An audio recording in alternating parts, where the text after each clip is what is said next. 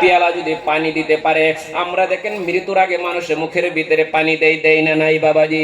মেয়েগুলা যদি বাবার ভালো প্রশংসা করে করে যদি বলে আল্লাহ, আবার বাবাজি আজকে দুনিয়ায় তীরে চলে গেল, আমাদেরকে সৎ কামের আদেশ দিনওয়ালার কে থাকবে না। আল্লাহর নবী বলছে মেয়েদের ভালো প্রশংসার জরিয়তে ওই বাবাকে এক ফোঁটা পানির জরিয়তে মওতের সময় পবিত্র কলেমা নসিব করে দিব, বলেন সুবহানাল্লাহ। আর যদি বলি আল্লাহ, আমার বাবা যতদিন পর্যন্ত জিন্দা ছিল গো, আহারে টিভির রিসার্চের আগে আবার আব্বা টিভির রিসার্চ করছে, এরকম বলি না নাই? আল্লাহ মোবাইলে 300 টাকা করে বিল, আর মন কাজ জীবনে করতে পারবো না। সারাদিন গেরা দেখতাম, সারাদিন সিরিয়াল দেখতাম, আবার বাবা চলে গেলে আর করবো না। এইবার মোবাইলের ভিতরে সুন্দর সুন্দর অ্যাডভার্টাইজ দেখে দেখে টাইট পেট কাপড় এই গ্রামের মধ্যে কোনো মেয়েরা পড়তে পারে না, আমার বাবা আগে পড়াইছে। বাবারে তুমি 40 লক্ষ টাকা দাও যদি হজ করে এসো, তোমার মতন হাজী সাহেব গ্রামের মধ্যে কেউ নাই, তোমার মতন পীর বাবা গ্রামের মধ্যে কেউ নাই। মেয়েগুলা যদি একবার খারাপই প্রশংসা করে করে আপনার মৃত্যু যন্ত্রণা কালে যদি এক ফোঁটা চোখের মধ্যে মুখের ভিতরে পানি দিতে পারে, ওই বাবাকে আল্লাহ তিনটি আকৃতি করে বিদায় করব। কয় আকৃতি বাবা? 3 আকৃতি। শুনবেন কি? 3 আকৃতির কথা শুনবেন। আল্লাহর নবী বলে দিয়েছেন, মানুষ যখন দুনিয়ায় থেকে বিদায় হয়, বিদায় হওয়ার সঙ্গে সঙ্গে 3টা আকৃতি যদি এসে যায়, এই বৈঠকের ভিতরে যারা বসে আছে রে বাবাজি, কেউ বলতে পারবেন না যে ওই সময়টা আমার আপনার জন্য নাই। প্রত্যেকটি মানুষের জন্য সময়টা নির্ধারিত করেছে না নাই বাবাজি? আল্লাহ পবিত্র কোরআনের মধ্যে ঘোষণা করে দিয়েছেন, কুল্লু নাফসিন যায়কাতুল মাউত, মৌতের স্বাদ গ্রহণ করতে হবে, আর ভিতরে কোনো সন্দেহ নাই।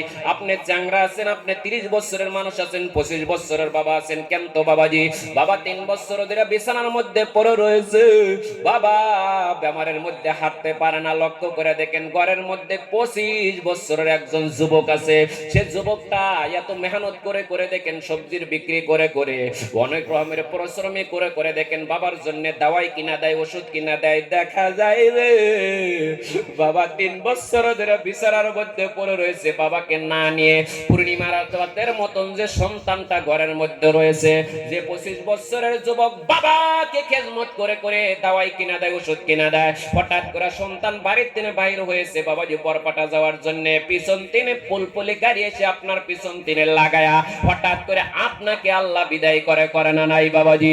এইবার লক্ষ্য করে দেখেন পৃথিবীর জমিনের ভিতরে আমি অনেক উদাহরণ দেখেছি। আমার গ্রামের মধ্যে একজন দেখেছি, বাবা প্যারালাইসিস বিছানার মধ্যে পড়ে রয়েছে, বাবাকে না নিয়ে, এই ছেলেটার নাম ছিলেন মকবুল হোসেন ছেলে। আহারে বাবা বিছানার মধ্যে পড়ে রয়েছে। মকবুল হোসেন ভাই ফিরির কাম করতে, এই যে কম্বল টম্বল বাবাজি মেকলার চাদর বিক্রি করে, এরকম আছে না নাই বাবাজি? এই বাবা পীর করত। এইবার দেখেন হঠাৎ করে দেখেন অ্যাক্সিডেন্টের মধ্যে বেটা পড়ে গেল। পড়ে যাওয়ার পর বাবা পাগলের মতন হয়ে গেলেন রে বাবাজি।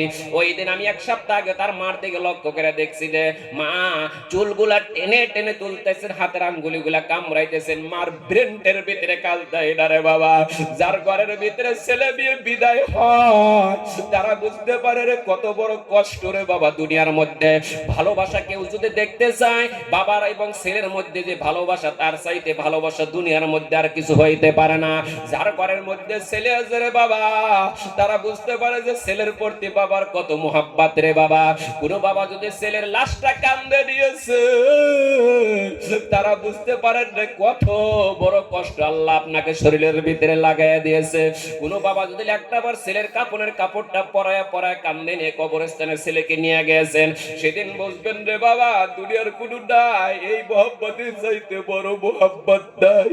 কারণ বাবা রে ওই মাকে দেখতে উলঙ্গ হয়ে হয়ে রাস্তার মধ্যে ঘুরে। এবার হুজাই স্টেশনে একদিন গেলাম, যাইয়া দেখি যে একজন ছেলে বাবা, একজন লোক মানুষ, এত সুন্দর দেখা যায়, এত সুন্দর কাপড় পরছে, কিন্তু মাথার চুল